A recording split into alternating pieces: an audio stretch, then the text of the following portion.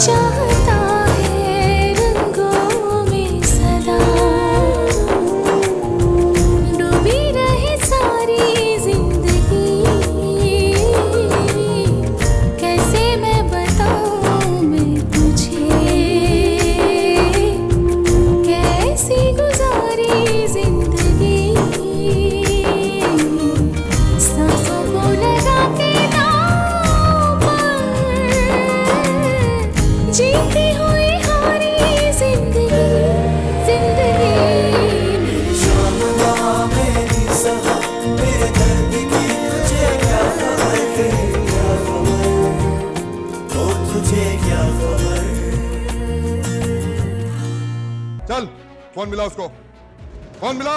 नहीं, मेरे पास उसका नंबर नहीं। नहीं, छोड़ दो मुझे, छोड़ दो। नहीं नहीं नहीं, तुम्हें अल्लाह का वास्ता है। नहीं नहीं नहीं। ज़ारा, तुम उस वाक़े को भूल क्यों नहीं जाती? मुझे एक बार तो उस शख्स को तलाश करना है जिसकी वजह से बेगुनाह होने के बावजूद मुझे संसार कर दिया गया। मुझे मेरे पोते के साथ मरते हुए दफन कर दे। मुझे समझ में नहीं आ रहा यार, मैं क्या करूं।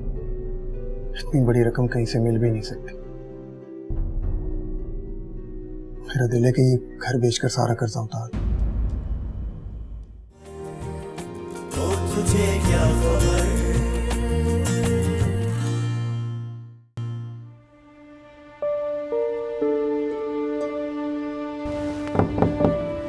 आ जाओ। अस्सलाम वालेकुम अम्मी। वालेकुम अस्सलाम बेटा। तबीयत कैसी है अब आपकी? मेरी तबीयत को क्या हुआ? वो साथ बता रहे थे कि आप हॉस्पिटल गई हैं, तो मुझे लगा आपकी तबीयत ठीक नहीं है। ओह, अब बेटा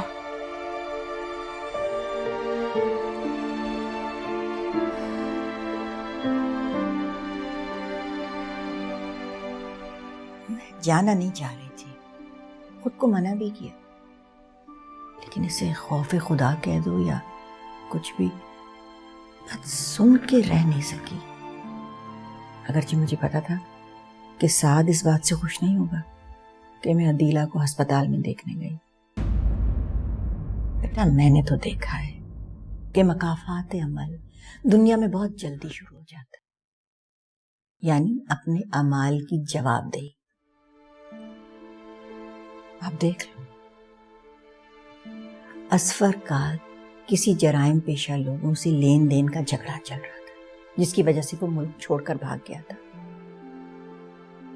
अब वही लोग रात को अदीला के घर घुस गए। पहले तो उसे डराया धमकाया और फिर उसके पैर पे गोली मार के चले गए। शुक्र है कि साथ वाले घर के चौकीदार ने उन्हें जाते हुए देख लिया और अपने मालिकों को बताया। वो लोग घर के अंदर आए हैं, अदीला को अस्पताल लेकर गए हैं, तो वो बच गई, वरना अब तक जा चुकी थी। बस बेटा, इसी वजह से अस्पताल गई थी मैं।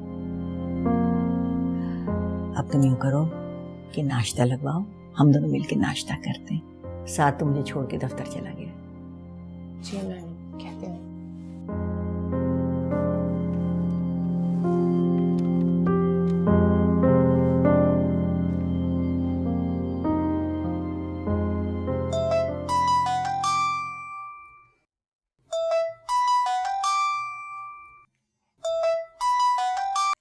हेलो, कैसी हो तुम सारा?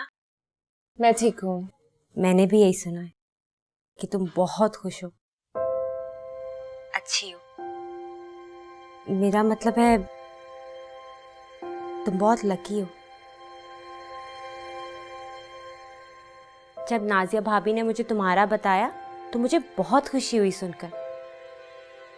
मेरा भी बड़ा दिल था तुम्हारे वलीमे पे आने का, लेकिन मेरी सास खैर छोड़ो, कभी मौका मिला तो जरूर चक्कर लगाऊंगी राहिल के साथ। जरूर आना, इंतजार रहेगा तुम्हारा। अच्छा ये बताओ साथ कैसे हैं? बिल्कुल ठीक है। उनका बिजनेस कैसा जा रहा है? क्या? मुझे कोई आइडिया नहीं है, इतना ज्यादा नहीं पता मुझे। पागल, अपनी आंखें जरा खुली रखा करो। खैर अभी दिन ही कितने हुए हैं तुम्हारी शादी को। मैं तुम्हारे लिए बहुत दुआ करती हूँ कि मेरी बहन हमेशा खुश रहे, उसे कोई दुख ना मिले। सरी, मैं तुम्हें बहुत मिस करती हूँ यार। हाँ मैं भी। तुम खुश तो हो ना सरी? हाँ। अच्छा मेरा नहीं पूछोगी कि मैं कैसी हूँ? मैं पूछने ही लगी थी, राहिल भाई कैसे हैं? राहिल अच्छे हैं, लेकिन आजकल जरा परेशान है। क्यों, क्या हो गया? छोड़ो ना, बहुत लंबी कहानी है ये।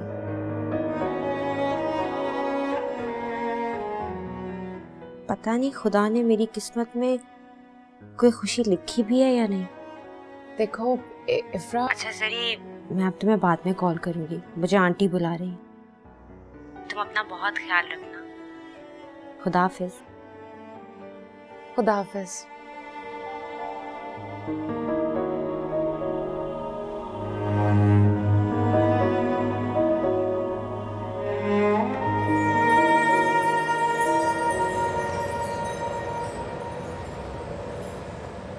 अब ये काफ़ी बेहतर है और इनका जख्म भी भर चुका है और चंद दिनों में ये ठीक हो जाएंगे इंशाल्लाह ताला। लेकिन डॉक्टर साहब अभी तक बहुत मेंटली डिस्टर्ब लग रही हैं। हाँ, इनके बिहेवियर में कुछ तब्दीली आई है।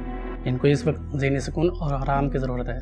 जो मेडिसिन मैंने दिए हैं आप इनको रोज़ इस्तेमाल कराते रहिए, इंशाल्लाह ये ठीक हो जाएंगे।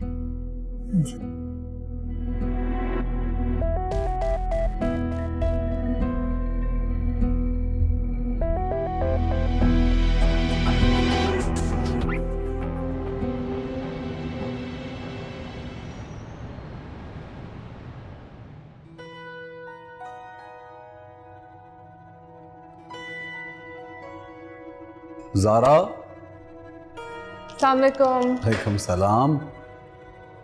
एक डिसीजन लिया है मैंने सोचा है कि मैं ऑफिस से कुछ दिनों का ब्रेक ले लूँ ताकि तुम्हारे साथ बहुत सा टाइम स्पेंड कर सकूं। ये तो बहुत अच्छा हो जाएगा। वैसे ही मैं घर में सारे दिन बोर होती रहती हूँ। अम्मी की तरह? वो एक्चुअली अम्मी। अरे तुम कब आए? अभी। मैं तो फोन करना चाह रही थी, फिर मेरा ख्याल था शायद तुम ऑफिस में होगे। आपका पूछ ही रहा था ज़ारा से, कहाँ थी आप? अदीला, अरे आओ अदीला।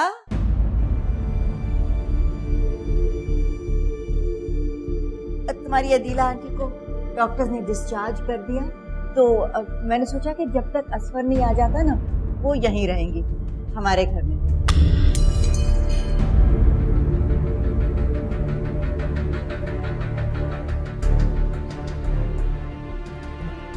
अरे साबरा, साबरा आओ जरा उठा लो, कांच टूटा है।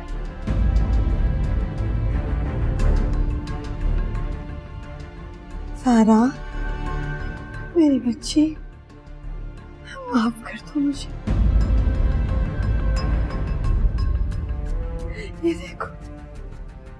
ये देखो मेरे जुड़े हुए आप। तुम तो जानती हो ना, कि कैसे नेक नियति से मैंने कोशिश की थी कि तुम्हारी और असफर की बनी रहे। एक्सक्यूज मी अदीला आंटी, मुनासिब यही होगा कि आप चुप रहिए। प्लीज मेरे घर में इस तरह की बातें ना करें। साद, ये सिर्फ चंद रोज के लिए रहेंगी, जब तक असफर वापस नहीं आ जाता। जैसे ही वो आ जाएगा ये चली जाएंगी उसके साथ। देखो ये तो खुद आना नहीं चाहती थी, मैं लेकर आई हूँ इन्हें। अगर ऐसा है तो जे ब्लॉक वाला अपार्टमेंट हमारा खाली है, आप अदीला आंटी को वहां भिजवा दीजिए। साथ एक मुलाजिम भिजवा देते हैं, यहाँ पे नहीं रह सकते, इट्स इम्पॉसिबल। अम्मी क्या चाहती हैं आप? खैर बात कीजिए, अगर आपको उनको यहाँ रखना है तो बताइए मुझे। सोच लीजिए, जो बकबक इनके घर में होती थी वही होगी यहाँ पे। और मैं ज़ारा के होते हुए ऐसी फजूल बातें बर्दाश्त नहीं कर सकता। प्लीज अदीला आंटी आप जाइए यहां से। मैं ज़ारा मना भी किया था तुम्हें, उठो। अरे साबरा आ भी जाओ। तुम्हें उठो।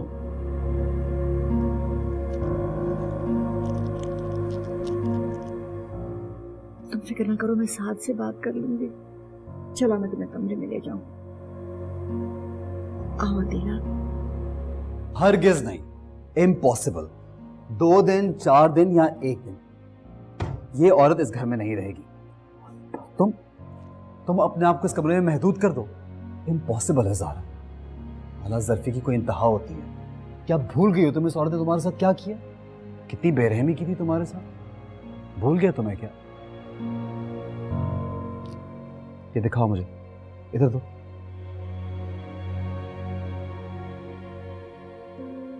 आउट।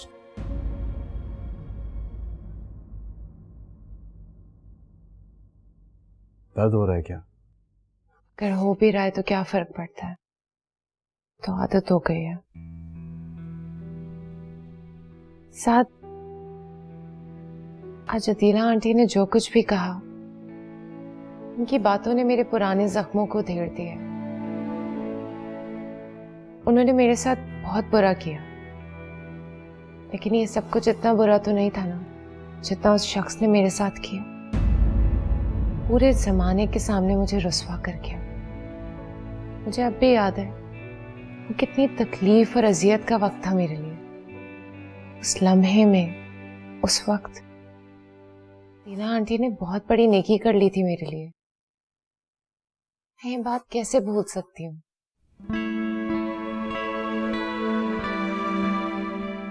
आउच। दर्द हो रहा है साथ। कभी इंसान ना चाहते हुए बगैर इरादे के अनजाने में किसी को कितनी तकलीफ पहुंचाता है, उसको खुद भी पता नहीं चलता। क्या मतलब? समझी नहीं। मैं भी नहीं समझ सका कि जब मेरा कोई इरादा नहीं था, कोई ख्वाहिश नहीं थी, तो किसी इंसान को इतनी बुरी तरह कैसे हर्ट कर दिया। किसको?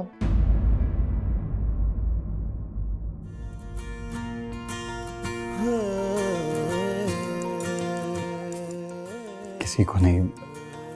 दिखाओ मुझे। ठीक है।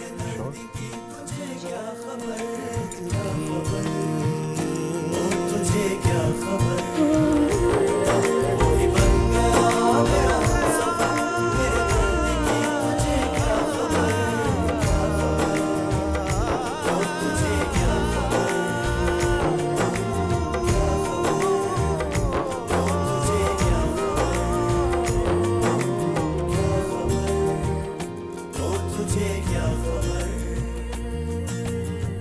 क्यों खाली नहीं हो सकता शाम तक अपार्टमेंट? अच्छा, कंस्ट्रक्शन हो रही है तो कितने दिन लगेंगे? 5 दिन? ठीक है, फिर ऐसा करो कि साद को बता दो क्या सिचुएशन, और कोशिश करो कि 2-4 रोज में काम मुकम्मल हो जाए। जी।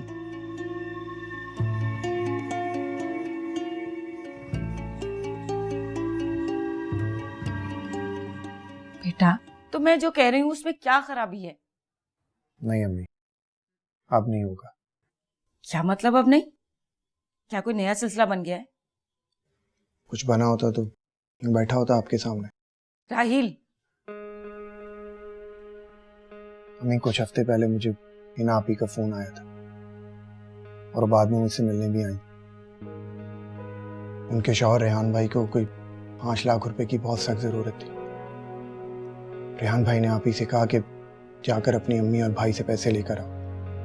आप ही ने साफ इनकार कर दिया कि वो अपने घर वालों से 1 रुपया नहीं मांगेगी। उन्होंने कहा कि अगर वो अपने घर वालों की मजबूरी का ख्याल नहीं करेंगी तो और कौन करेगा। रेहान भाई ने दोबारा कोई मुतालबा नहीं किया। या अल्लाह, इतना सब कुछ हो गया और तुमने मुझे बताया तक नहीं। पता नहीं मेरी बच्ची पर क्या गुजरी होगी। अम्मी माशाल्लाह वो बिल्कुल ठीक है। आप ही ने कुछ अपना जेवर भेज दिया था और रेहान भाई ने कुछ रकम उधार पकड़ ली थी, तो अब उनका मसला हल हो गया। तो बेटा तुम क्या चाहते हो आखिर? अम्मी, हमने इफ्रा को अपने मकसद के लिए बार बार इस्तेमाल किया। उससे अब ये नहीं होगा। उसका भाई मुल्क से बाहर है और माँ उसकी बीमार है। ऐसे में उसे पैसों के लिए बार बार महके भेजना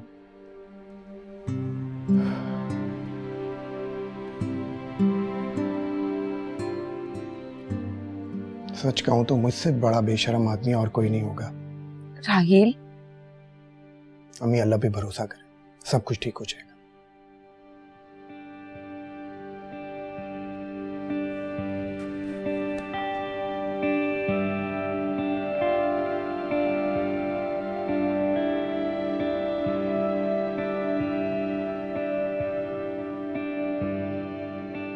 बेटा वो तुम्हारे मैनेजर से बात हुई थी मेरी, वो कह रहा था कि अभी तो फ्लैट में कुछ रेनोवेशंस होने वाली हैं और वक्त लगेगा।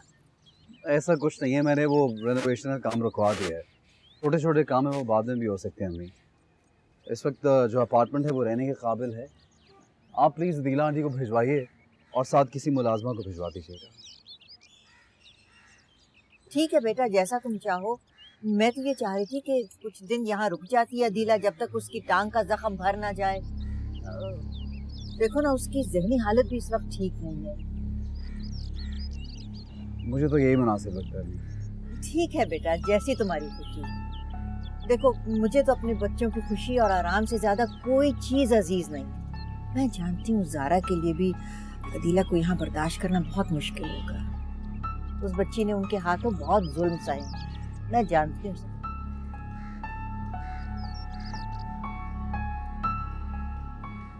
अम्मी, मैं सोचा था कि अब्बू की वसीयत के मुताबिक अब हमें रजी हाउस पर काम शुरू करना चाहिए ताकि मेमोरियल बनाने की तैयारी कर सकें। बेटा लेकिन अदीला, आप अब भी ये सोच रही हैं अम्मी? मैं कौन सा उन्हें सड़क पे ले आया हूँ? उन्हें हमारा एहसानमंद होना चाहिए। रजी हाउस की जगह में उन्हें एक अपार्टमेंट दे रहा हूँ।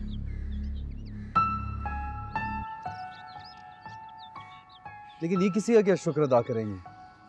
इन्होंने कभी अल्लाह का शुक्र अदा नहीं किया। अजीब समझ से बाहर है यार।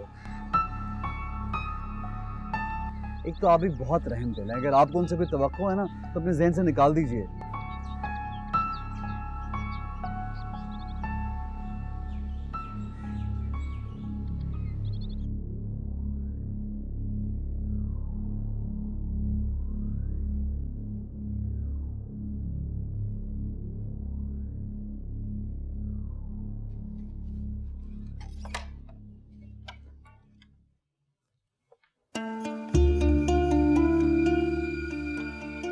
ज़ारा, आओ अंदर आओ बेटा। अब तो तुम्हें मेरी इजाजत की भी जरूरत नहीं, तो तुम्हारा घर है ना ये। बल्कि अब तो मुझे यहाँ अगर चंद दिन या चंद घंटे भी रुकना है तो मुझे तुम्हारी इजाजत चाहिए होगी। कैसा उलट फेर है ना वक्त का। कभी तुम मेरी मर्जी, मेरे इशारे की पाबंद थी, और आज मैं तुम्हारे ऊपर पड़ी।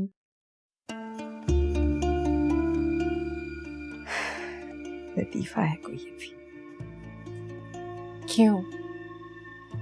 क्यों आए आप यहाँ? असल में आदमी खुद से कुछ भी नहीं करता है। जहां कहीं भी जाता है ना, उसकी किस्मत उसे घेर घाल के ले जाती है। इतनी ठोकरें लगने के बाद भी आपने कोई सबक नहीं सीखा? बिल्कुल नहीं बदली आप। बोल सकती हो तुम ये सब? इस वक्त तुम्हारी मर्जी की ताबेज हूं मैं। बंद करें ये ड्रामेबाजी। मुझे सिर्फ ये बताएं, आप यहाँ क्यों आई हैं? ज़हीन हो, बल्कि तुम्हारी जहानत की तो मैं उसी दिन मोतरिफ हो गई थी जब मेरे बेटे की नाक के नीचे इस साद के साथ खेल खेलना शुरू कर दिया था। तुम्हें अंदाजा हो गया था ना कि वो तो संगे मील था सिर्फ, तुम्हारी असल मंजिल तो ये थी। और आखिरकार तुमने अपनी मंजिल हासिल कर ली। आपकी क्या मंजिल है, ये सोचा है कभी आपने? बहुत बार। और आखिरकार यही जवाब मिला कि जब मुझे किसी ने कुछ हासिल नहीं करने दिया तो मैं भी किसी को कुछ हासिल नहीं करने दूंगी। अगर आपकी मंजिल, आपका हासिल यही है किसी और की जिंदगी बर्बाद करना, तो मुझे आपसे सिर्फ हमदर्दी है। अपने पास संभाल कर रखना अपनी हमदर्दी, क्योंकि जब तुम दूसरी बार उजड़ोगी ना, यहाँ से निकाली जाओगी, तो तुम्हें जरूरत पड़ेगी उसकी। जब सारा जमाना हंसेगा तुम पर, तो तुम्हें जरूरत पड़ेगी उसकी, समझी? याद रखना मेरी ये बात, याद रखना, याद रखना।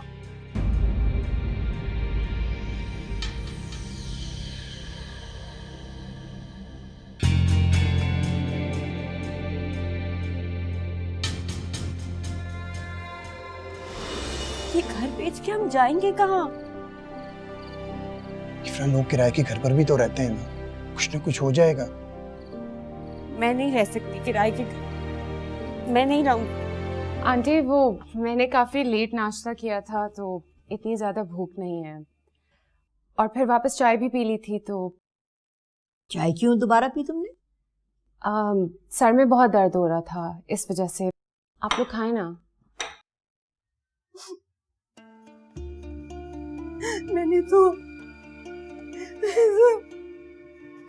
चुपके चुपके से अकेले में कई दफा ज़ारा के हाथ जोड़े हैं, पाँव भी पकड़े हैं उसके, उससे भी माफी मांगने की कोशिश की है, पर वो मुझे माफ नहीं करी, क्योंकि उसके साथ तो बुरा भी बहुत किया है मैंने। पर तुझे क्या खबर,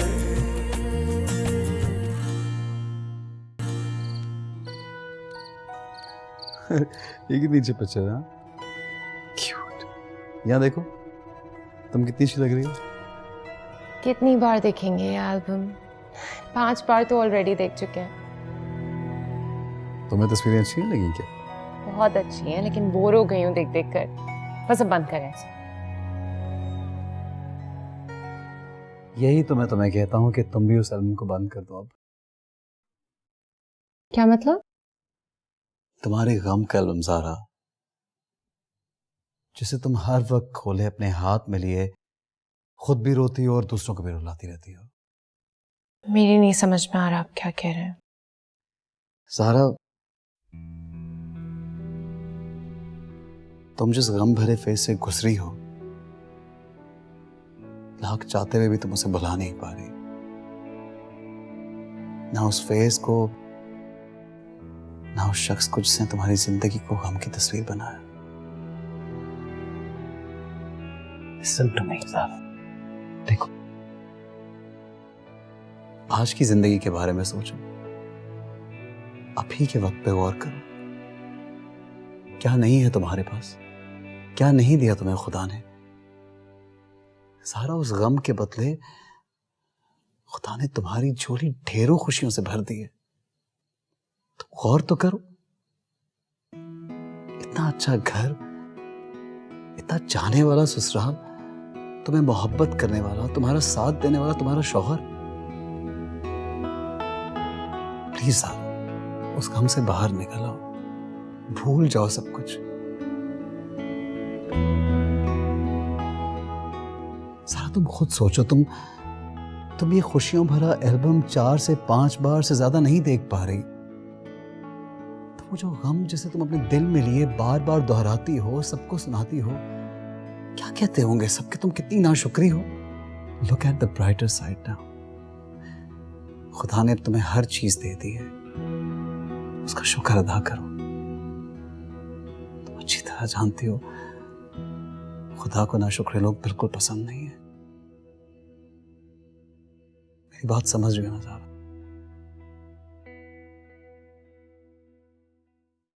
बस अब बस आखिरी बार रो लो, इसके बाद मैं तुम्हें नहीं रोने दूंगा। समझ आई तुम्हें मेरी बात की? इसके बाद नहीं रोना तुम्हें।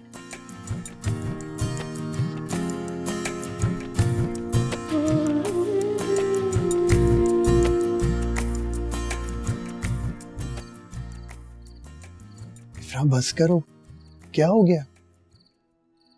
ताहिर, मेरा यकीन कीजिए, अगर मेरी अम्मी और फाहद भाई के पास थोड़ी सी भी गुंजाइश होती ना, मैं कभी देर ना करती पैसे लाने। इफ्रा मैं जानता हूँ तुम खामखा टेंशन ले रही हो। टेंशन की बात है ना। आप मुझे बताएं, अगर रकम का इंतजाम नहीं हुआ तो हम कहाँ जाएंगे? सोचा है आपने? अल्लाह मालिक है। अल्लाह तो सबका मालिक, मगर हमें खुद भी तो कुछ करना चाहिए। अगर आप कहे राहिल, तो तुम्हें फाहद भाई से बात करके देखो, उनसे उधार मांगो।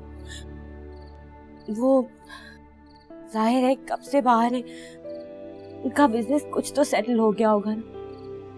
और वैसे भी नाजिया भाभी उस दिन कहते कहते रह गई थी कि फाहद भाई का थोड़ा भी बिजनेस और सेट होगा तो हो सकता है कि वो फैमिली को भी वहां बुला ले। मैं भी कुछ ऐसे ही सोच रहा हूँ इफ्रा। क्या? मेरे एक दोस्त ने मुझसे कहा है कि वो दुबई में सेट हो रहा है, उसका बिजनेस वहाँ ठीक ठाक चल रहा है। अब वो मुस्तकिल तौर पर वहाँ जाना चाह रहा है। अगर मैं उसका बिजनेस पार्टनर बन जाऊँ तो हमारे काफी मसले हल हो सकते हैं। वो कैसे? अगर हम ये घर भेज दें तो सारा आधी रकम तो लोन की अदायगी में चली जाएगी, और कुछ से मैं कारोबार स्टार्ट कर लूँ तो शाही, ये घर बेच के हम जाएंगे कहाँ? इफ्रा लोग किराए के घर पर भी तो रहते हैं ना, कुछ न कुछ हो जाएगा। मैं नहीं रह सकती किराए के घर, मैं नहीं रहूंगी।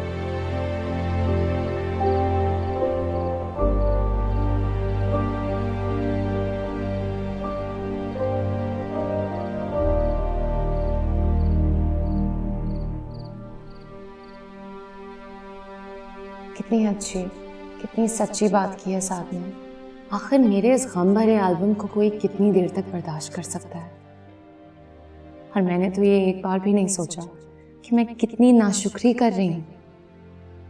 एक बार भी तो मैंने अपने अल्लाह का इस बात पर शुक्र अदा नहीं किया। बस पुराने गमों को रोती रही, शिकवे करती रही, खुद पर तरस खाती रही। उफ, मैं ये सब क्या कर रही थी? क्या मेरी अकल, मेरी समझ सब कुछ इस वाकये के बाद फ्रीज हो गया था?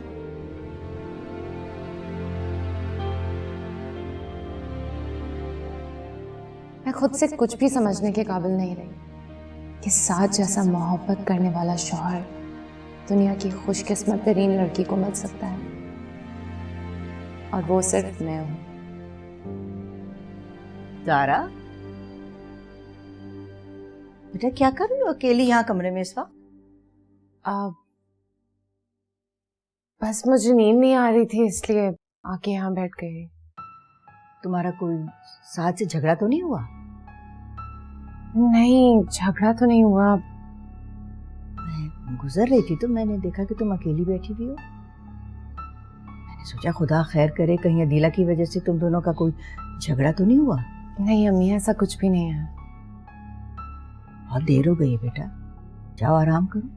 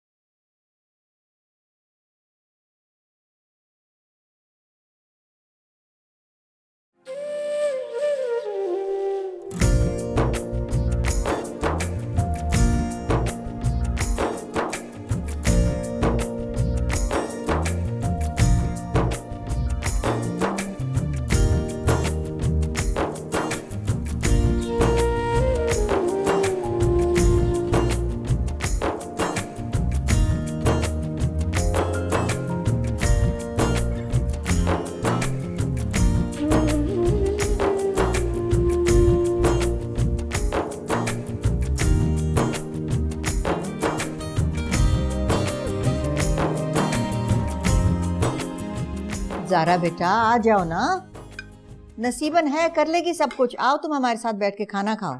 आंटी कुछ भी नहीं करी मैं, वैसे ही आदत है मुझे काम की, अच्छा लगता है।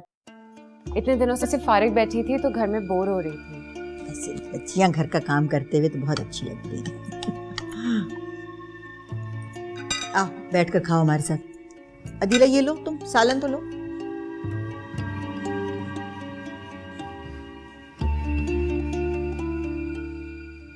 इसे भी कहे ना यहाँ बैठकर हमारे साथ खाना खाए। आ जाओ बेटा, ज़ारा आओ, बहुत मजे का खाना होगा।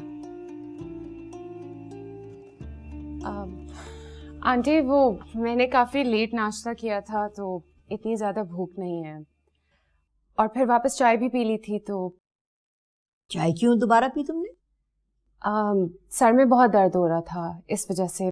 आप लोग खाएं ना।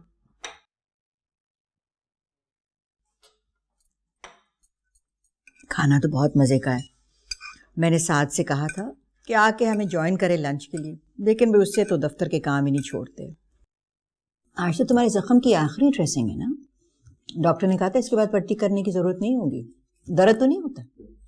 कहाँ, जख्म तो बज़ाहिर ठीक हो गया है, लेकिन अंदर जो दर्द है वो किसी को नजर थोड़ा ही आती है। तुमने डॉक्टर को क्यों नहीं बताया? बताऊंगी आज। चलो खैर से, कल तुम्हारा अपार्टमेंट भी सेट हो जाएगा। मैं नसीबन को भेज दूंगी तुम्हारे साथ, वो तुम्हारी मदद कर देगी, बहुत सलीके से काम करती है। आंटी मैं आ रही हूँ, आप लोग खाएं।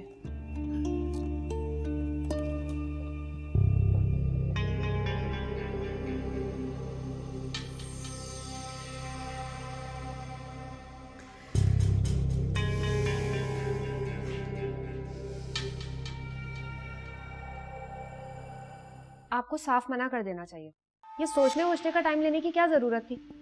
वैसे भी इन बहनों को तो आदत है अपनी सारी मुसीबतें हमारे सर पे थोपने की। अब फहद इनसे जान छुड़ाएं, और कब तक आप ये सब कुछ करते रहें? बस कर दो नाजिया, तुम तो बोले चले जा रही हो। मैंने तो सिर्फ इतना कहा है कि इफ्रा का फोन आया था मुझे और वो वाकई बहुत परेशान है। मैंने क्या दे दिया उसको भला? हाँ तो फिर मुझे बताने की क्या जरूरत है? चुपके से दे देते जो भी देना था। वैसे भी आप हमेशा अपनी बहनों को ही भरते आए हैं। बीवी और बच्चे के लिए आपके पास कुछ भी नहीं होता। अब तुम ज्यादती कर रही हो नाजिया। हाँ हाँ, एक मैं ही तो हूँ ज्यादतियां करने वाली, बाकी आपका पूरा खानदान नेक सोहबत का दम भरने वाला। मैं फोन बंद कर दूं? अच्छा फहद नाराज ही हो गया अब तो। अच्छा ये बताए ना वापस कब आ रहे?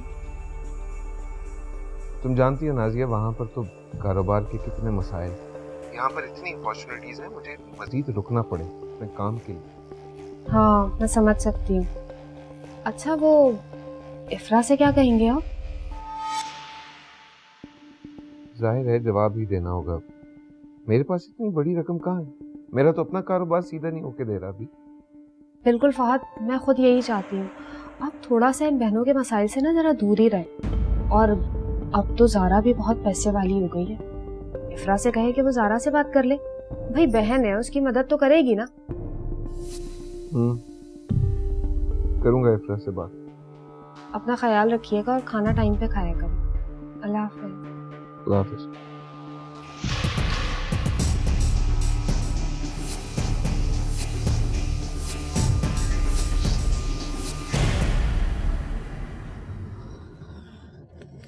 कैसे बुरे लोग हैं। मासी भेजूंगी तुम्हारे साथ। कहाँ है भाई तुम्हारी मासी? कोई मासी ना कुछ। इतनी जल्दी हिम्मत नहीं हारनी चाहिए मुझे, एक बार तो कोशिश करनी चाहिए। अभी भी बहुत कुछ बाकी है खेलने के लिए, इतनी जल्दी पीछे नहीं हटना चाहिए मुझे। सुनो, यहाँ से उल्टे हाथ ले लो।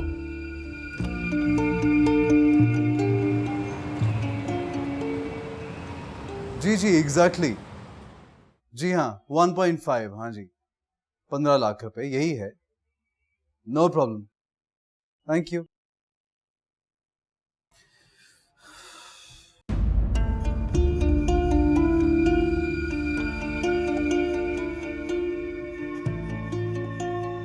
आप यहाँ क्या कर रही हैं?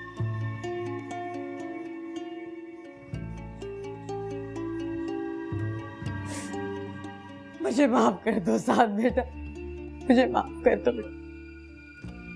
जब तक तुम मुझे माफ नहीं करोगे ना, मैं जाऊंगी नहीं यहाँ से। मैं तुम्हारे पाँव पकड़ूंगी। मुझे माफ कर दो। गॉड, एक क्या कर रही हैं आप? आप शायद भूल रही हैं मेरा ऑफिस है। प्लीज आहिस्ता बोलिए। बल्कि आप यहाँ आए क्यों हैं? मैं उधर ही आ रहा था, मेरे साथ चले, वहाँ घर चल के बात करते हैं। जब तक तुम मुझे माफ नहीं करोगे मैं यहाँ से कहीं नहीं जाऊंगी। बस मुझे माफ कर।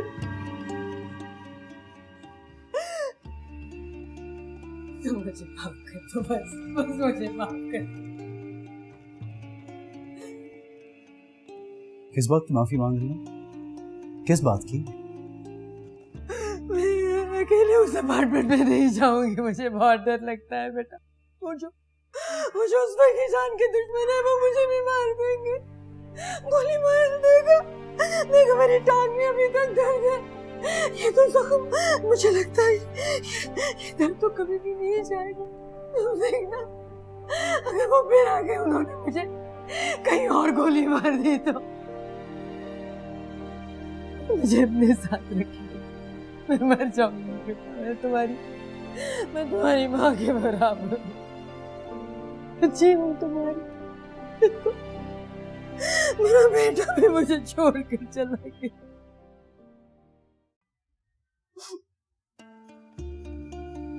मैंने तो चुपके से अकेले में कई दफा ज़ारा के हाथ जोड़े हैं, पाँव भी पकड़े हैं उसके, उससे भी माफी मांगने की कोशिश की है, पर वो मुझे माफ नहीं करेगी। क्योंकि उसके साथ तो बुरा भी बहुत किया है मैंने, पर मगर तुम तो माफ कर सकते हो। मैं वादा करती हूँ कोई ऐसी हरकत नहीं करूंगी जिससे तुम लोगों को कोई तकलीफ। बस कुछ दिन मुझे और अपने घर में रखिए।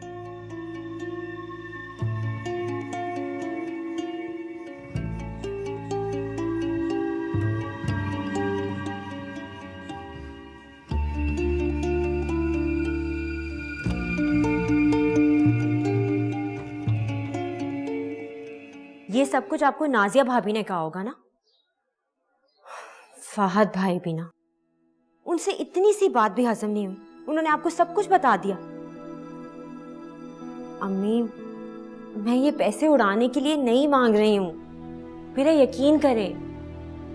देखिए अम्मी, जब राहिल गलत थे मैं उनका साथ कभी नहीं देती थी, लेकिन इस वक्त वो बहुत मजबूरी में, और आप ही की तो तरबियत है कि ऐसी सिचुएशन में बीवी को शौहर का साथ कभी नहीं छोड़ना चाहिए।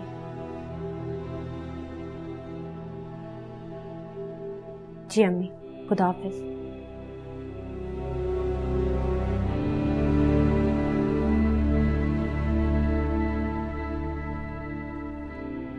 बहुत अच्छा किया है तुमने जो अदीला को जाने से रोक दिया। मैं तो वैसे ही परेशान हो रही थी ये सोच के कि वो बदमाश अगर उधर फ्लैट में भी घुस गए तो क्या करेंगे बेचारी अकेली। आज पता चला है भाभी कि इंसान को सारा इल्जाम नसीब को नहीं दे देना चाहिए, कुछ गलती अपनी भी मान लेनी चाहिए। क्या मतलब? अब बैठो यहाँ। आ जाओ। अदीला, बस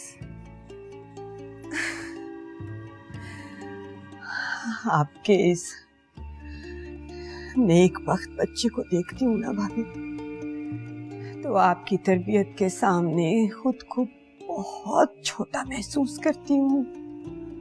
अदीला आंटी, मैं इंतजाम कर रहा हूँ, चंद दिनों तक शायद असफर आ जाए और उसके हालात भी बेहतर हो जाएंगे।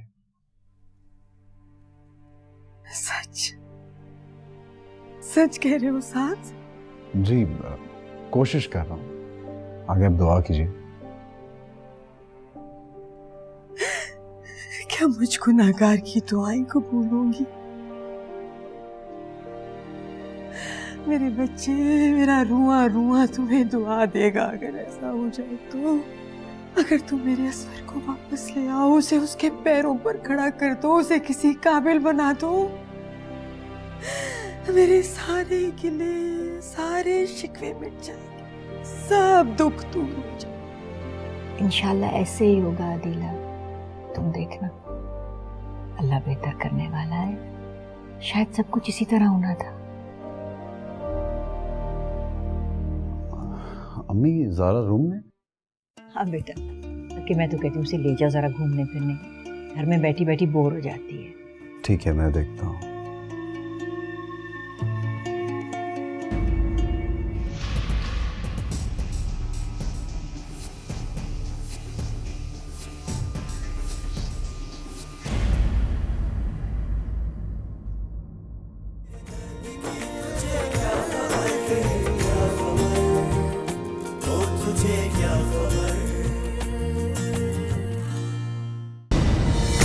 तुम उस शख्स को भूल जाओ, माफ कर दो उसको।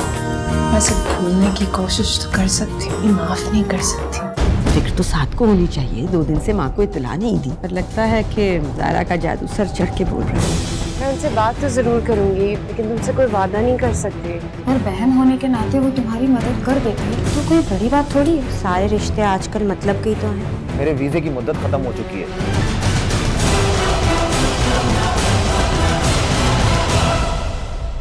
तुम